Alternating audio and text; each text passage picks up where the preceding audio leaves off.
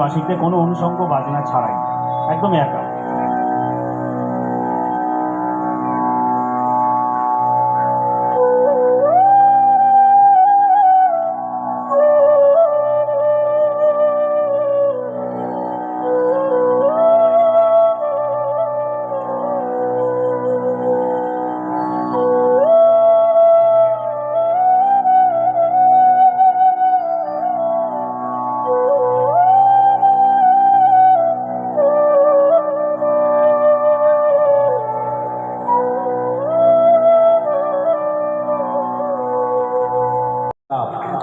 উনিশশো 1945 থেকে 2026 রিপোর্টার হই তখন সুপারস্টার মেগাস্টার স্টার আনন্দে আমাদের তালিকায় ছিল 25 পল্লীর পুজো।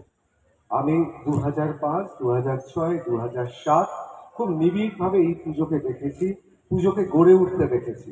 আমি প্রথমেই বলি যে একদিকে অনুপম ভট্টাচার্য আমার মতে এই মুহূর্তে টেলিভিশন রিপোর্টার, তো এই মুহূর্তে বাংলার যদি রাজনীতিবিদদের মধ্যে সুদর্শনতম হয়ে থাকে তালিকা, তার অন্যতম তালিকায় তিনি থাকবেন। তার প্রাপ্য এবং তার যে কথা, বিশেষ করে এই যে সিদ্ধার্থবাবুরা আছেন, এই যে মা দুর্গা, লক্ষ্মী, সরস্বতী, তারা এবার শহরে পূর্বে আর কোনো দখলদারি হবে না। আমার মনে হচ্ছে পুজোটা আজকেই শুরু হলো, একটা খুব সুন্দর বার্তা দিয়ে অনুপম বাবু শুরু করলেন, মানে একেবারে অনুপম বার্তা যাকে বলে। অন্যদিকে বিল্লদল, আমার মনে হয় অনেকে বিল্লদল বাবুও বলতে পারেন, অত্যন্ত একটি গুরুত্বপূর্ণ পদে তিনি আছেন।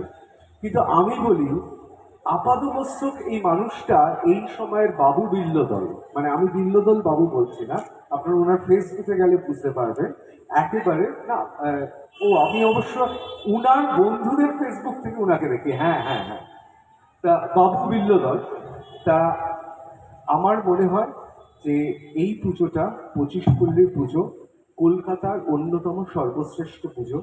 প্রণাম, গৈরিক অভিনন্দন জানাচ্ছি।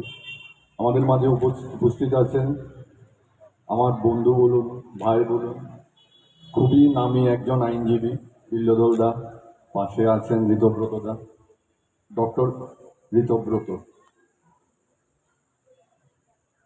আশা করব এই পুজো খুব ভালোভাবে কাটবে। আমরা বাঙালিরা সবসময় উৎসবপ্রিয়, আমাদের 12 মাসে 13 পার্বণ থাকে, আমরা সারা বছর ধরে অপেক্ষা করি কবে মা আসবেন। তো আজকে খুঁটি পুজোর মাধ্যমে সেটার সূচনা হলো। এই যে পুজো আমেজ, আজকে থেকে সবার প্রিপারেশন শুরু হবে, আমরা কি করব, এই থিম নিয়ে কাজ, অনেক লোকে এখানের সাথে ইনভলভ হবে। এটাই হচ্ছে আমাদের ঐতিহ্য। আমরা সবাই একসাথে পাড়াতে ছোটবেলা থেকেই দেখে এসেছি পুজো মানে অনেক কিছু, কিন্তু সেই জিনিসটা কোথায় যেন হারিয়ে গেছিল। পুজোগুলো একটা রাজনৈতিক প্রভাবের মধ্যে চলে এসেছিল, অমুক দাদার পুজো, তমুক দাদার পুজো, আপনাকে বাধ্য করা হতো এই গলি দিয়ে আপনাকে যেতে হবে, এই পুজো আপনাকে দেখতে হবে।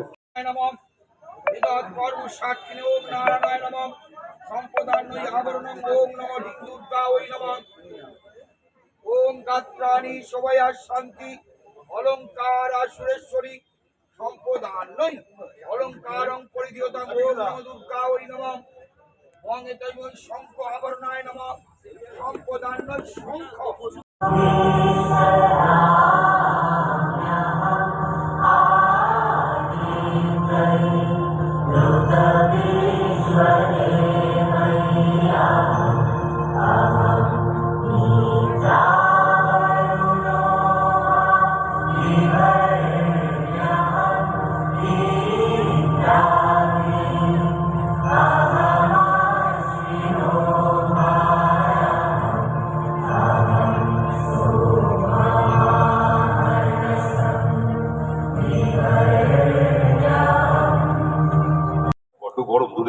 প্রথমবারে। কেমন আছেন সবাই? আশা করি ভালো আছেন। আগাম শারদ শুভেচ্ছা সবাইকে। দেখুন, আমি রাজনীতিক মানুষ নই, পেশাদার মানুষ, তো মঞ্চে বক্তৃতা করার খুব একটা অভ্যেস আমার নেই। আমি একটু সোশ্যালি অকওয়ার্ড মানুষও বটে।